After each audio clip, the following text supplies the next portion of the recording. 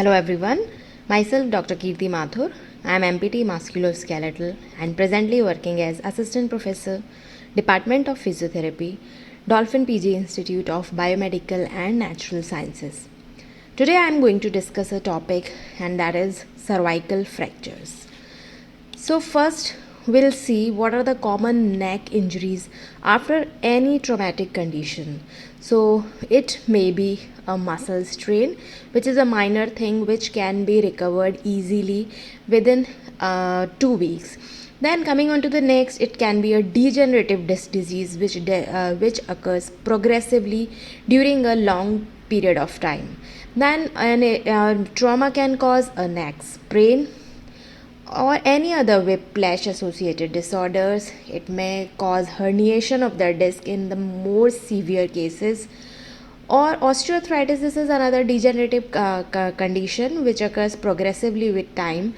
And the most traumatic condition is the neck fracture. So today I am going to discuss about neck fracture. So here in these pictures, you can see the various fractures. Here in this picture, you see this is the spinous process of C3 spine, and this is fractured here. And here these are the pedicles of C5, so it is fractured and displaced. This picture is showing the fracture of the C7 spinous process. And in this you can see this is the burst fracture of the C5 vertebra, and this is shown on a CT scan. And this because of this burst fracture, canal is compromised and spinal cord compression takes place, which creates lots of severe symptoms for the patient. Then another type of fracture is teardrop fracture, which may occur due to either flexion or extension. This picture is showing the teardrop fracture caused by the flexion injury. So if this is caused by flexion, so what happens, there will be displacement of the posterior part of the vertebral body into the spinal canal, and this is the spinal cord. This is indicating the site of the injury. This is representing the flexion injury, and this is the site of the fracture. So a fracture or break or crack in one of the 7 cervical vertebrae in your neck that support your head and connected to the shoulders and body is called a cervical fracture, or sometimes a broken neck. And a broken neck is a big deal because it is the central nervous system's main, some may say only a connection between the brain and the body. So if your neck is fractured, so definitely patient is going to have lots of troubles, because this is the only connection between your brain and the body. It runs through the vertebra. This is why an injury to the cervical vertebra has serious consequences, and any damage to the spinal cord can result in paralysis or death. Injury to the spinal cord at the level of the cervical spine can lead to temporary or permanent paralysis of the entire body from the neck down. So symptoms depends on the site of lesions. So the site where there is fracture, if there is more severe fracture, it may cause severe nerve injuries and may cause paralysis. It can be permanent, or sometimes if it is highly traumatic condition, it can be a fatal condition also. And sometimes it can lead to a temporary paralysis also, which can be recovered after certain time. Cervical fractures are most often caused by a forceful impact or traumatic blow to the head. So because our neck, our vertebra is quite strong, God has made it so strong that a minor trauma cannot affect it. So if cervical fracture of or any vertebral body is fractured, so it definitely needs a forceful impact. So this is mostly seen in athletes who are involved in impact sports or participating in sports such as skiing, diving, football, cycling, that have a risk of falling or snapping the neck. These all are linked to the neck fractures. Other than that, we have the most common reason is the whiplash injuries or the road traffic accidents, and it can result into either hyperextension injuries where our neck is going into hyperextension and it is causing causing the fracture of the anterior part, or it may be due to hyperflexion injuries in which our neck is going into flexion and there is fracture of the posterior part. It is best to assume. So first, now we are discussing the immediate first aid for the neck injuries.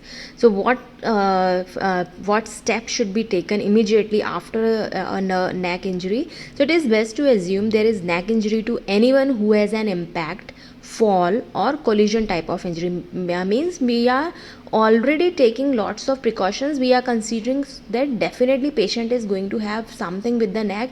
So if we are over conscious, we will take good care of the patient. And conscious patients may or may not have severe neck pain. They may also have pain spreading from neck to the shoulders or arms resulting from vertebra compressing a nerve.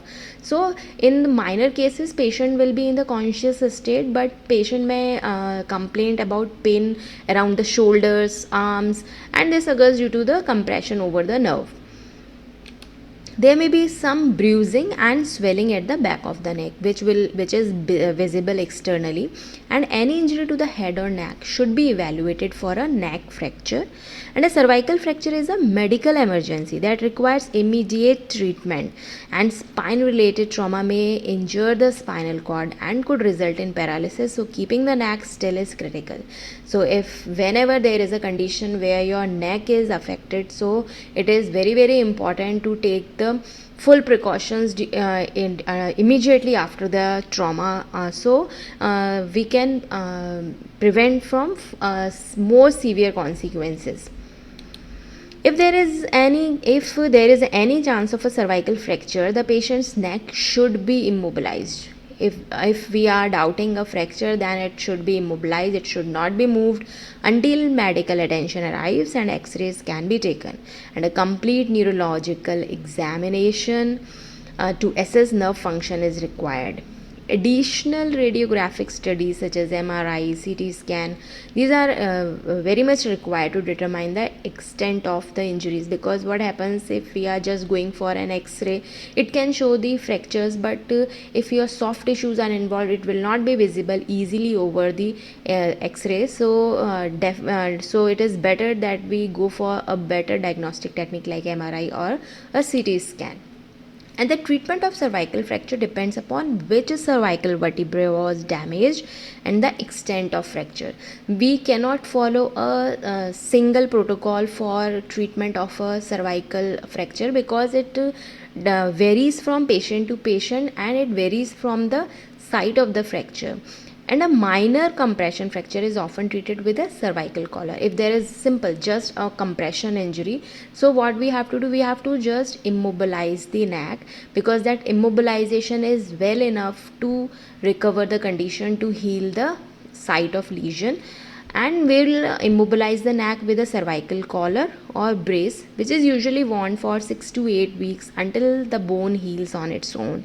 So this is the simplest way, because in this minor injuries we don't need to go for any surgical procedures or any further physiotherapy, nothing. We don't need anything. We just need to immobilize the neck for minimum 6 to 8 weeks. And in that case also, if a patient is having certain medical conditions in which healing is compromised, then this period may extend. So before mobilizing the neck, we have to make sure that it has healed properly. But if the injury is more severe or complex fracture, then it may require traction or surgical repair or a spinal fusion. And surgical repair of a cervical fracture can result in a long recovery time followed by physical therapy, because whenever there is a surgery of our vertebra spine, then it is a complicated structure and success rate is quite low. So it is a complicated condition and recovery rate is very low, and after surgery also you need to go for long-term physiotherapy to gain the maximum functional goals. So this is a brief introduction about cervical fracture, and in next lecture we'll be discussing different types of cervical fractures. So hope to see you soon. Thank you so much.